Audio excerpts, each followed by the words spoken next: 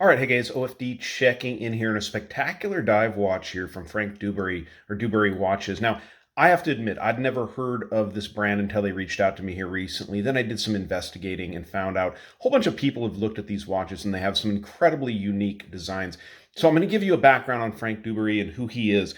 He founded Techno Marine back in 1997. So if you guys are into watches, I'm sure you remember going into stores and seeing the Techno Marine brand out there. They were always generally quartz dive watches, but always had some really cool innovations, wild colorways, very sporty looking watches. And Techno Marine sold over 2.5 million units in their time from when he owned it, at least from 1997 to 2007. He sold the company, and I'm not sure if they're still around at this time, but he also in 2014 helped design a Apple Watch, which I think kind of got him back into the watch game. And in 2015 he founded this company, and they have, like I said, come out with some really unique designs. So let's go ahead and jump into this one. This is their new Deep Ocean from them, and there's a lot of different things going on with this watch besides just the way it looks. It's got some really cool looks to it, and we'll talk about that. But there's also some NFT, non-fungible token stuff going on with this watch also. So let's talk about that. But first I want to get into the dimensions of the watch and what we have going on here. So we have a compressor style dive watch, as you guys can see. 42 millimeters is what they're labeling it at. I measured it at 42.5. Now I'm going to grab the caliper real quick so we can take what I guess would be a lug-to-lug, but this watch has an integrated strap on it, which really makes it wear comfortably depending on the size. But let's grab the caliper so we can get the thickness of the watch and get, I guess, the case-to-case on this one. All right, so I should have probably had my caliper ready. So like I said, it has an integrated bracelet, so I guess we'll just kind of take a measurement from here to here, and you're looking at right around 52 millimeters. So it is a bigger watch on that scale there, and 13.8 millimeters of thickness.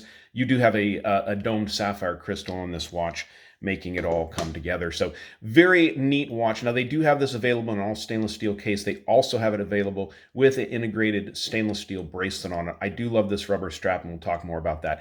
Now it is a what I said, a compressor style diver watch. Now I absolutely love how they did the crown on this watch, the second crown, which controls that internal bezel. I've never seen this done before, and I think it's probably one of the best designs out there for a compressor style internal bezel and how to operate it. So it is not a screw down bezel like you'd see, and forgive me for the Sharpie mark there on my finger, but it's not a screw down bezel and not your standard style bezel as you would see here. It is instead set in this, I guess you'd call it maybe vertical, or depending on however you want to say that. But yeah, it's set up vertically here, and as you can see, it's guarded top and bottom on this around the knurling, and you also have these applied crown guards on there, so you're not going to accidentally bump this while you're diving with it or anything like that. It's also extremely easy to manipulate it once you have it on your wrist, and I'll show you that once we get this watch on my 7-inch wrist. So I think right off the bat that is a very unique design, something I've never seen in dive watches, and I think is super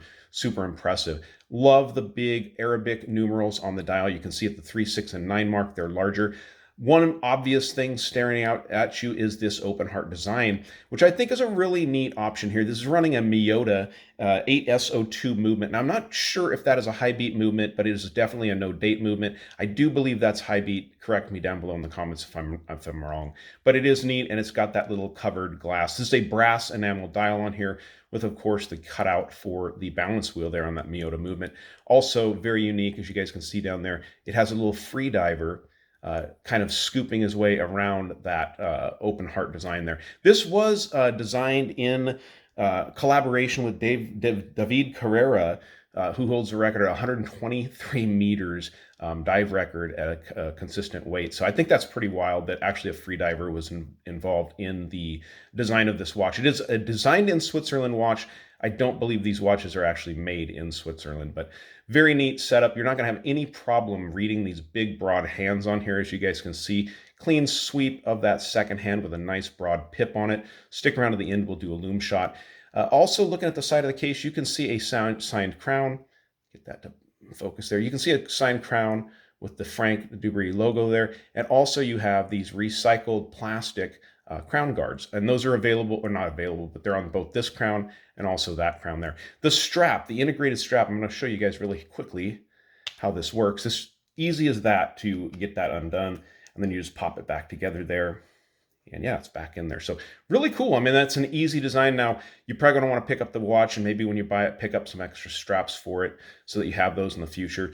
The nylon that you see stitched onto the rubber, this silicone style rubber, is recycled fishing net. So very cool logo there on the buckle, as you can see, the Dubarry logo.